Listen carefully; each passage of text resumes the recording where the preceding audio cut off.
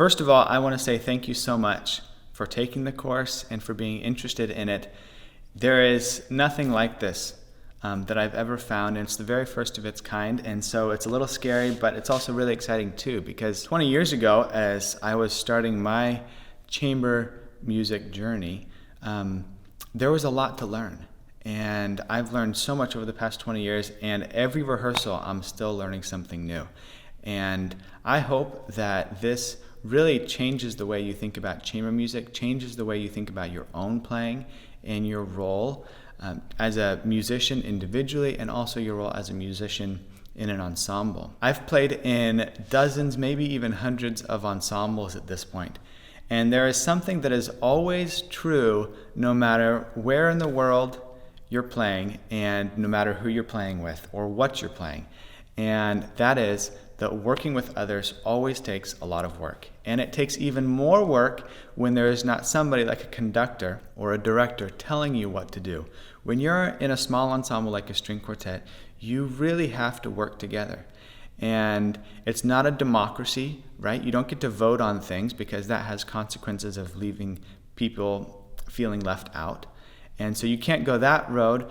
And you also don't want to just all do your own thing because then the music doesn't make sense, right? You have to be unified. You have to come together and work through things together as an ensemble so you have one voice as you communicate with the audience, because that's the goal.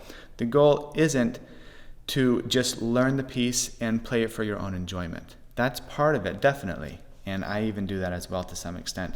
But the main goal is that when you step on stage, as a group, you and your colleagues are able to share with the audience what you've been working on for the past weeks, months, years, whatever it may be. Growing up, I used to hear this saying, or maybe it wasn't always said, but there was this underlying tone that some groups either had it or they didn't, meaning that they had some innate talent or gift or just the right mix of personalities to make it work. And other groups were doomed to fail from the very beginning. And I've been in both groups, supposedly, but really, looking back on those groups, it really wasn't luck or it wasn't it or anything like that. Really, it was just a willingness of everyone in the group to work towards a common goal in the groups that worked well. And in the groups that didn't work, there was some pride and selfishness that goes along with that. And when we're talking to classical musicians or just people in general, that's not a very popular concept, right? When you're talking about selfishness and pride, because for years and years as musicians, we've been in our own practice rooms, doing our own work, trying to perfect our own playing and our own craft, all by ourselves. And then we get put into a group, and suddenly we have to figure out how to work together as a team with other people that have been doing the exact same thing. And learning to work as a team is a skill. Some people are better at it, and some people haven't learned how to do it yet.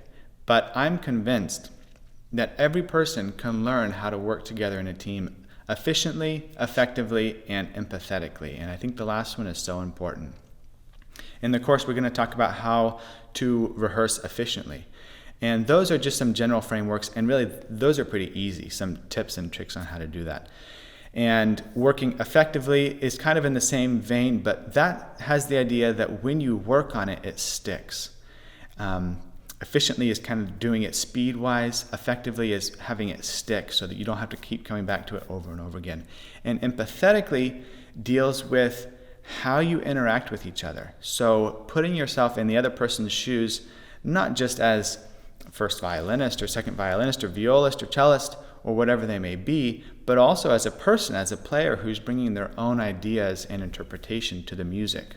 And this idea is really important because it is really easy to hurt each other's feelings and to be hurt in rehearsals because we have these really tightly held beliefs about music, about phrasing, and seemingly about a lot of silly things like articulation and dynamics and things that maybe don't really matter in the real world, right? Out there, nobody else except musicians talk about these things.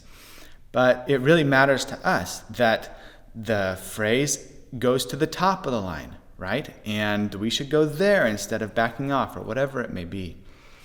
And what's so important in rehearsals when you're working with other people is to view their side and to do it wholeheartedly. You can't just fake it because people can see through that right away. And as much as you want people to try your idea, you have to be willing to try their idea. And that's why it's so important in rehearsals to go back and forth and to try different ideas. And not just half-heartedly so that you can prove your point, but do it all in. Because the main goal, and this is so important and also really difficult, the main goal isn't to be right. The main goal is to come to an agreement together and to be united as a group. And I'm sure you've heard those groups that really sound like an ensemble, like they have one message, they're speaking together. And maybe you've also seen those groups that are really good individually, but maybe they're just not gelling and they don't sound like they're really playing together. And so much of that comes down to just having different ideas. Now, some of that can just be not having enough time to work through everything.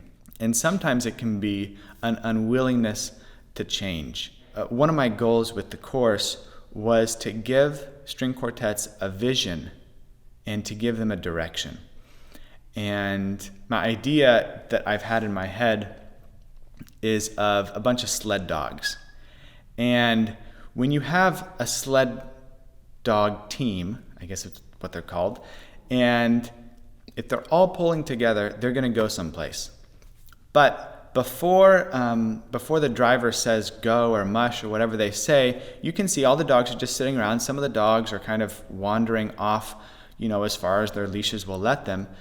But until they go all together, they're not going to go anywhere. And it's the same thing in a group where if all four of you are going different ways, you're not going to go anywhere. Even if it's 2 and 2, right? You're not going to get to the same place as quickly or as efficiently or as joyfully as you would if you're all working together. And what that takes is an understanding that it's not about you. And this is really difficult. And though it's not about you, you are essential to the group. You are so important. You are valuable regardless of what part you played, regardless of how many notes you have, right? And I can say that as a cellist because I probably have the least amount of notes. And yet I've learned that my role in the group is because I have more time, because I have less notes to learn and less notes to play during rehearsals and in performances, that my role is to know exactly what everybody else is doing and what they want to do so that I can lead the group from the low end and support them and give the whole group direction. If I were to just sit on my part and not be willing to go with other people's ideas because I'm bored of my part, because I'm thinking about other things, then that is not only not helpful, it's also detrimental because it's holding the group back. So this idea of working together towards a common goal is so important. And when we work in chamber music, oftentimes the way it works is you have a performance coach, and performance coaches are so essential. I've been one, I am one. And what often happens is you're given the music and you go home and you look at it maybe, and then you come to rehearsal and you work on it, or you work on your part in rehearsal, and then you go home and you let it sit for a week, and maybe you work on the hard parts, and you come back together, and there's not a lot of direction given as far as how to rehearse, and that's because there's just not a lot of time. And the way I like to look at this is, if you're building a house, the house is the actual piece, the string quartet piece, and there are a lot of different things that have to go into it that maybe aren't very glamorous, right? You got to lay the foundation, you got to put up the walls, you got to put the insulation in, you got to run the plumbing and electricity and all that stuff, and that's not very exciting. And then when you go to your coachings, you're getting ready for a performance, and so what you're doing is you're hanging pictures, and you're painting walls, and you're putting furniture in, and you're trying to make it look finished. Meanwhile, the house isn't even built yet. And rehearsals are so important for laying the foundation and building the walls and finishing the house so that you can actually put the finishing touches on it. And so that's why I like to think of this and the course and myself as like a rehearsal coach, to give you the tools that you need in rehearsal to accomplish what you want to do musically on the stage. I wanted to talk just a couple minutes about your in-person coaches. You likely have a coach, and they are so critical. They are so important. And I just want to lay this out there, that they know you, they know you're playing, they know your group, and as far as I'm concerned, they're the final authority for your playing and your performance because they know you, they're working with you, and this is a course.